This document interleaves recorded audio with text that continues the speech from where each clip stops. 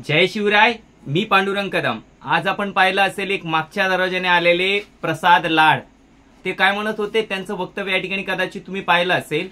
तर त्यांचं म्हणणं असं आलं की मराठा संघर्ष योद्धा माननीय श्री मनोज जरांगे पाटील म्हणजे महाराष्ट्र नाही, आणि मराठा संघर्ष योद्धा माननीय श्री मनोज जरांगे पाटील म्हणजे मराठा समाज नाही. तर मग पिल्या दरेकर काय नाव आहे, प्रसाद लाड म्हणजे या महाराष्ट्राचा मराठा समाज म्हणजे तू आहेस का?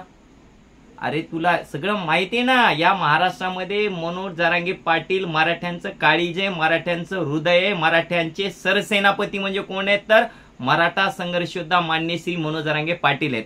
तू काय म्हणाला की मनोज जरांगे पाटील म्हणजे आमचे दादा म्हणजे महाराष्ट्र नाही?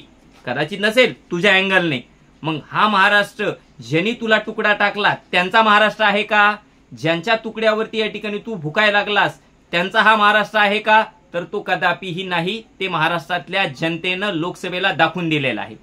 तू का बोलतोयस हे सगळ्यांना माहितीये. तुला ज्यांनी तुकडा टाकलेला आहे त्या तुकड्याच्या भरोशावरच तुला भुकण्यासाठी, म्हणजे तुला तुकडा त्याच्यामुळे टाकला होता की तू आमच्या मराठा संघर्ष योद्धा माननीय श्री मनोज जरांगे पाटील यांच्या विरोधामध्ये बोलावं, याच्यासाठी त्या ठिकाणी तुला तो तुकडा टाकलेला आहे. या तुकड्यासाठी तुझी सगळी मरमर चालू आहे.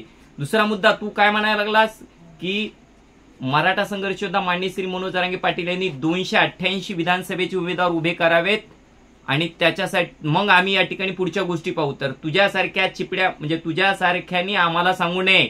तू किती ज्ञानी आहे, तुझं ज्ञान तुझ्यापाशी ठेव, परंतु मराठ्यांना आणि आमच्या दादांना हे सांगण्याची गरज नाही. आम्ही बराबर किती उभे करायचे किती पाडायचे हे आम्ही ठरवलेलं आहे. पुन्हा तू कसं म्हणायलास की मनोज जरांगे पाटील म्हणतात याला पाडू त्याला गाडू, याला हे करू त्याला ते करू. त्यांच्या ताकद आहे ते करण्याची, ती तुझ्या ताकद नाही. पिल्या तुझ्या ताकद असती तर तुझ्या फक्त भुकण्याची ताकद आहे तुझ्यामध्ये जनतेमध्ये जाऊन निवडून येण्याची सुद्धा ताकद नाहीये. दादामध्ये पाडण्याची सुद्धा ताकद आहे, निवडून आणण्याची सुद्धा ताकद आहे. त्यामुळे येणाऱ्या विधानसभेला किती उभे करायचे, कसे उभे करायचे, कुठं उभं करायचे, कोणाचे पाडायचे, कोणाचे आणायचे, हे कार्यक्रम बरोबर करेक्ट कार्यक्रम होणार आहे. त्याची चिंता तू करू नकोस. आणि दुसरी महत्वाची गोष्ट, तू काय सांगितलंस की विश्वरत्न बोधिसत्व डॉक्टर बाबासाहेब आंबेडकर यांनी आम्हाला दिलेलं जे संविधान आहे ते आम्हाला दिलेलं नाही. या देशातल्या प्रत्येक नागरिकाला विश्वरत्न बोधिसत्व डॉक्टर बाबासाहेब आंबेडकर यांनी या ठिकाणी संविधान दिलेलं आहे. आणि त्या संविधानाची तत्व, हक्क, अधिकार या सगळ्या गोष्टीचं ज्ञान आम्हाला आहे. आणि तू काय म्हणायला लागलास की ज्याला संविधानाचं ज्ञान नाही, ज्याला संविधानाचे अधिकार माहिती नाही, अशा व्यक्तीसोबत काय चर्चा करायची? मग या अशा व्यक्तीसोबत जर तुम्हाला चर्चा करायची नव्हती तर 4 वेळेला तुमचे मंत्री, मुख्यमंत्री, पुन्हा मोठमोठाले मंत्री, आमदार, खासदार दादांना चर्चा करण्यासाठी कशाला पाठवले होते? तेव्हाच हे ज्ञान तू पाजळायला पाहिजे होतंस. तेव्हा तू कुठेतरी एका सांधीत होतास, पण तुला तुकडा टाकल्यानंतर या ठिकाणी तू बाहेर आलेला आहेस. त्यामुळं प्रसाद लाल, तुला सांगू इच्छितो, आम्हाला घटनेचं ज्ञान शिकण्याची लायकी तुझी नाहीये. तुला किती घटनेचं ज्ञान आहे तर ते तू या ठिकाणी दाखव ना. एखादा घटनेवर एक घंट्याचं स्पीच दे ना. घटनेमध्ये कोणते मूलभूत अधिकार आहेत, कोणते तत्व आहेत. या देशाचा नागरिक म्हणून विश्वरत्न बोधिसत्व डॉक्टर बाबासाहेब आंबेडकर यांनी संविधानामध्ये कोणते हक्क आणि अधिकार एका नागरिकाला दिलेले आहेत, या सगळ्या गोष्टीसाठीचे 1 घंट्याचं लेक्चर न पाहता या ठिकाणी तू घे. मग या ठिकाणी पुरे मराठी तू यासाठी या ठिकाणी 2 हातांनी मस्तपैकी तुला राम राम घालू, तुझा नमस्कार करू, तुला या ठिकाणी जाहीर तुझा सत्कार करू. ती तुझी अवकात नाहीये. फक्त या ठिकाणी तुकडा टाकलेला आहेस म्हणून या ठिकाणी तू बोलत आहेस. तर पुन्हा एकदा तुला सांगतो, तुमच्या सरकारमधले माणसं या ठिकाणी दादासोबत या ठिकाणी चर्चा करण्यासाठी येत होते आणि आता तू मागचा येऊन पुन्हा शहाणा व्हायलास आणि आता सांगायला की ज्याला संविधानाचं ज्ञान नाही, घटनेबद्दल ज्ञान नाही, हक्क आणि अधिकार माहिती नाहीत, अशा व्यक्तीसोबत काय चर्चा करायची ते तू नको शिकू. ते आम्हाला सगळ्यांना माहिती आहे. आणि तुझा लयच हिंमत असेल तुझ्यामध्ये तर तू या ठिकाणी पोलीस प्रोटेक्शन न घेता या ठिकाणी सर्वसामान्य जनतेमध्ये जाऊन फिर.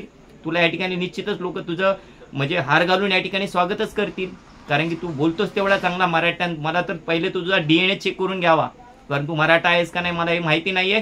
परंतु या ठिकाणी मराठ्यांबद्दल एवढा द्वेष असणारा व्यक्ती आहेस म्हणून त्या ठिकाणी तू तुझा DNA सुद्धा या ठिकाणी चेक करून घेणं गरजेचं आहे. आणि परत तू काय म्हणाला की दादांच्या डोक्यामध्ये हवा गेली. दादांच्या डोक्यात हवा जात नाहीये. दादांच्या डोक्यामध्ये हवा गेली असती तर कधीच आंदोलन संपलं असतं. हवा तुमच्या डोक्यात गेलेली आहे.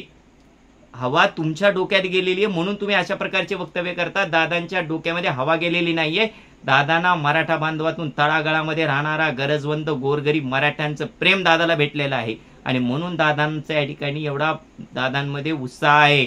अरे ज्या व्यक्ती स्वतः आजारी असताना सुद्धा जर संपूर्ण महाराष्ट्राच्या दौऱ्यावरती जी व्यक्ती जात असेल तर विचार करायला पाहिजे त्या व्यक्तीचा त्याग किती मोठा या समाजासाठी, स्वतःच्या स्वार्थासाठी नाही. तुम्ही जे बोलत आहात दादांच्या विरोधामध्ये ते स्वतःसाठी, स्वतःच्या लेकराबाळासाठी या ठिकाणी बोलत आहात. पण दादा जे महाराष्ट्रातले दौरे करत आहेत, पहिले मराठवाड्याचा दौरा झाला, आता पश्चिम महाराष्ट्राचा दौरा झाला, हा दौरा कोणासाठी आहे तर गरजवंत गोरगरीब मराठ्यांच्या लेकरासाठी आहे, स्वतःच्या लेकरासाठी नाही. एक महिना, 2 महिने, 3 महिने ते स्वतःच्या लेकराला भेटत सुद्धा नाहीत, स्वतःच्या लेकराची काळजी सुद्धा करीत नाहीत. तेवढा त्याग या समाजासाठी या ठिकाणी त्यांनी केलेला आहे. म्हणून महाराष्ट्रातील नव्हे तर महाराष्ट्राबाहेरील सुद्धा मराठा समाजाने त्यांना डोक्यावर घेतलेले आहे. त्याच्यासाठी भाग्य लागतं, त्यासाठी समर्पण लागतं, त्यासाठी त्याग लागतं आणि तो तुमच्याकडे नाही. आणि म्हणून तुमच्या मनामध्ये जळाऊवरती या ठिकाणी निर्माण होत आहे. आणि ज्यांनी तुला तुकडा टाकलेला आहे त्यांना हे आश्चर्य वाटायले की आम्ही इतक्या दिवसाचे प्रस्थापित राजकारणी असून आम्हाला कुत्रही चरीनं आणि हा 1 वर्षापासून आलेला आहे आणि एवढा मोठा फेमस झाला आणि एवढं मोठं लोकांचं प्रेम मिळवलेलं आहे. पण त्याच्यासाठी असणारा त्याग हा सुद्धा विचार करायला पाहिजे. पण कुणीतरी तुकडा टाकलाय म्हणून आपण काहीही बोलायचं नसतं, आपल्यालाही काही मर्यादा असतात. त्यामुळं प्रसाद लाड साहेब यापुढे बोलताना जरा दादांच्या बाबतीमध्ये असेल किंवा मराठा समाजाच्या आरक्षणाबाबतीमध्ये असेल किंवा मराठा समाज बांधवाबद्दल असेल तो थोडंसं जपून बोलत जा, नाहीतर आम्हाला तुमचा पाहुणचार घ्यायला आम्हाला निश्चितच या ठिकाणी आवडेल. तुर्तसा थांबतो. जय हिंद, जय जिजाऊ, जय शिवराय, जय महाराष्ट्र. एक मराठा लाख मराठा.